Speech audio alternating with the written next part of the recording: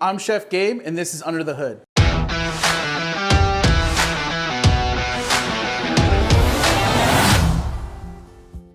First thing we're gonna do is get these skins off these tomatoes. We're gonna start scoring these tomatoes with a little X right on top. This is a first step of a technique called concassé. So concassé is basically de-seeding and de-skinning tomatoes. We're not gonna de-seed, we're just gonna get the skins off. So we're gonna blanch these tomatoes. You'll need salted boiling water, an ice bath.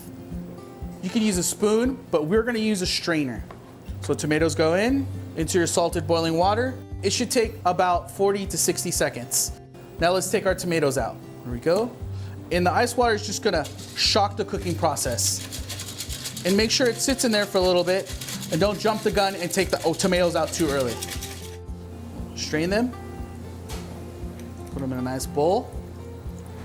And the tomatoes are gonna come right off the skin. Continue just to peel all these skins. Our recipes are super simple here. 4 ingredients: a cup of red wine vinegar, 3 tablespoons of kosher salt, 6 tablespoons of granulated sugar, and we have some water.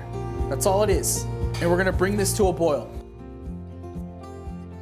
A quart of ice equals 2 cups of melted water. So we're gonna add this to cool it. Let's stir this ice just so it melts and your pickle's cool. Now we're gonna start pickling our tomatoes. What we have here is an airtight sealed mason jar. We're gonna add our cherry tomatoes. Now you wanna make sure that your fingers are nice and clean.